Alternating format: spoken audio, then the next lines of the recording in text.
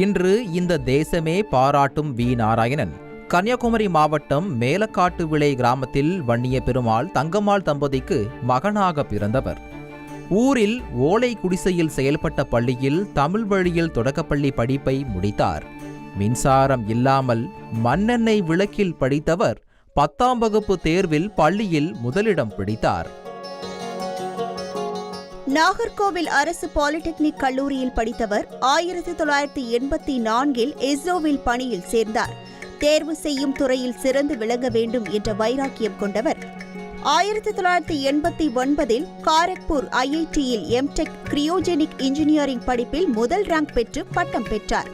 அங்கேயே 2001இல் விண்வெளி engineering PhD பட்டம் பெற்றார்.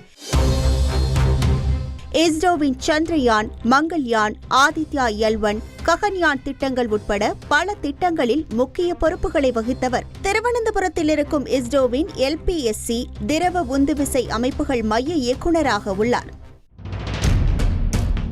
குறிப்பாக ராக்கெட்டில் பொருத்தப்படும் கிரையோஜெனிக் என்ஜின் தொழில்நுட்ப தயாரிப்பில் கிங் என தன்னை நிரூபித்தவர் நாராயணன். 1993இல் கிரையோஜெனிக் தொழில்நுட்பத்தை இந்தியாவிற்கு பரிமாற ரஷ்யா மறுத்தது. அதை சவாலாக எடுத்துக்கொண்டு இஸ்ரோவுக்காக கிரையோஜெனிக் என்ஜின் தயாரிப்பில் வெற்றி கண்ட விஞ்ஞானிகளில் நாராயணனும் ஒருவர். அவரது பங்களிப்பால் கிரையோஜெனிக் என்ஜின் கொண்ட உலகின் 6 நாடுகளில் ஒன்றாக உருவானது இந்தியா. விடாமுயற்சி, கடின உழைப்பால் இஸ்ரோ தலைவராகியிருக்கும் அவரிடம் பேசியபோது மனிதர்களை விண்வெளிக்கு அனுப்பும் ககன்யான் திட்டம் சந்திரயான் 4 திட்டத்தில் கவனம் இருக்கும் என்றார்.